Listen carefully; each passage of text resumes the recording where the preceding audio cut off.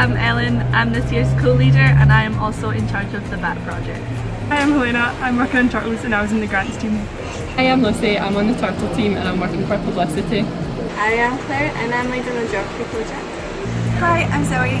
I joined the team from the University of Edinburgh and I'm leading one of the front projects. I'm Ewan and I'm a co-leader on the Trinidad expedition, and I'm also a project leader on the turtle team. Hi, I'm Kirsty. I'm on Frog team and I was part of the fundraising team. Hi, I'm Jess. I'm on the geography project and I'm an accountant. Hi, I'm Rory. I'm part of the turtle team and in charge of applying for grants. Hi, I'm Emma. I'm on the turtle project and I was the fundraising. I'm Ruth. I'm one of the accountants and I'm part of the geography team. Yay! I'm Rory. I'm in charge of one of the BAT projects and I was fundraising. Hey, I'm Adam, and I was responsible for many things generally, and I'm driving. Hi, I'm Hilary. I've been associated with most of the projects. I've also been the advisor and the co-leader.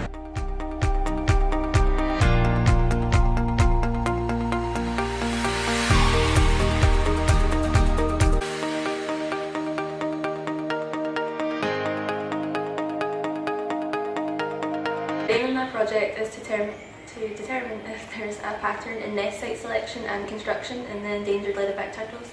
So I've been looking at the compaction of the sand when the turtle's digging, and so I use a wee thing called a penetrometer to see how compact the sand is. And I've also been collecting samples of the sand and testing the temperature, pH and moisture content.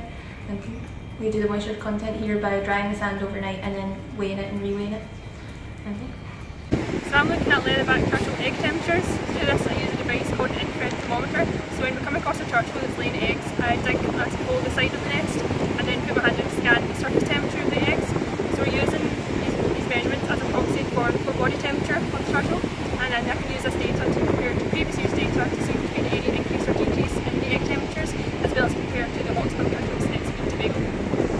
Okay, so the aims of my project are to investigate whether the body condition of nesting leatherback turtles decreases over the course of the nesting season from about the start of June to roughly mid-August. So we're here in Fishing Pond Beach where we're doing our research, but essentially to measure the heights of the turtles I use this custom-made caliper device which give me an estimate of their body fat and their height, and also measure the circumference of their neck to give me another estimate of body fat. So I'm going to be comparing this with previous year's data to see if there's any change in their body condition over the last 10 years or so. And as well as this, I'm also measuring the depth of their nests and seeing whether larger turtles dig larger nests, which can increase the thermal stability of the nests, potentially change the sex ratio of the offspring that they produce. Our research here is important as it ties in with the issue of climate change. Turtles' sex is determined by the temperature of the eggs, so with the rise in temperatures due to global warming, the ratios of sexes are being skewed. Also, climate change is affecting the body condition of the nesting females, which is leading to poorer conditions in the hatchlings.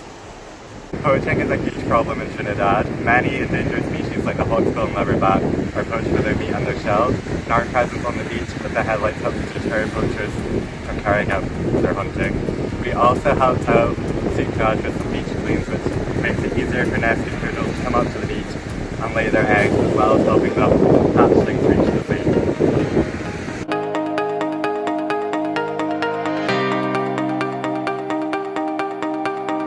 My project has been on different species of tree frogs, and I've been comparing heights that they climb to within a 2-metre-20 glass tank, and if they prefer to climb on the glass itself or varying types of foliage that I put in. So I have a control tank with just the glass, and I have a tank with a low amount of foliage, a tank with a mid amount of foliage, and a tank with a high amount of foliage. So I take 5 readings a day and they cycle through each tank for 24 hours. And I also take a weight and a snout vent length, which is taken from the tip of the nose to the base of the animal, to compare different weights and lengths if that has an effect on height between the two species that I've used. So we're just going to put this wee guy back in the wild.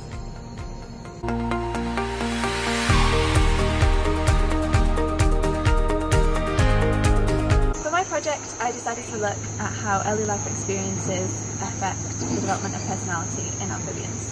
So I collected a foam nest of the species the Tungara frog, which is native in Trinidad, and I raised the tadpoles up in the lab.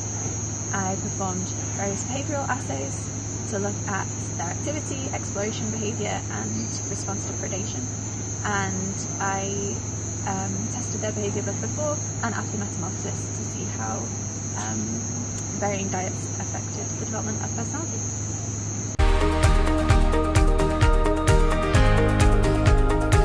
So the aim of my project is to see how human disturbance is affecting bat species diversity. So I have 3 sites, one here at Asa Wright, I have another one down the road at Simla Research Station and one at the University of Western Indies. So my project involves setting up 3 very large mist nets, and we set the nets up from 7 to 11 in the evening. We check the nets every 15 minutes, and when we have a bat we take it out and process it by weighing it, measuring its forearms, determining its gender and its reproductive status and its species before we let it go. My project, I'm looking at whether complex or simple environments have an effect on a bat's call pattern. So what I do is I take bats into a complex environment where there's obstacles, or a simple environment where it's as large an open space as possible, and I record their calls when they get released. I then take these calls, put them onto the computer, and I have software that shows me their calls in a physical form, and I compare their peaks and their frequencies to see if there's any difference. The aim of my project is to assess the extent of the waste management problem in Trinidad, and also to understand the awareness of various cohorts in the island and to finally try to identify some solutions. We've had a great time serving over 350 people island-wide. We've had interview with key informants, but also done community outreach, such as beach cleans on the Turtle Beach, bottle sorting at Cashew Gardens, and helping out our Wasamaki farm. People burning their waste, burying it underground, or just chucking it into the ocean. As well as waste is brought up by the ocean from other countries onto the beaches. This disturbs the turtles while they're trying to nest and all the local halflings. We're really here to try improve the awareness around waste management and hope more people will do something about it.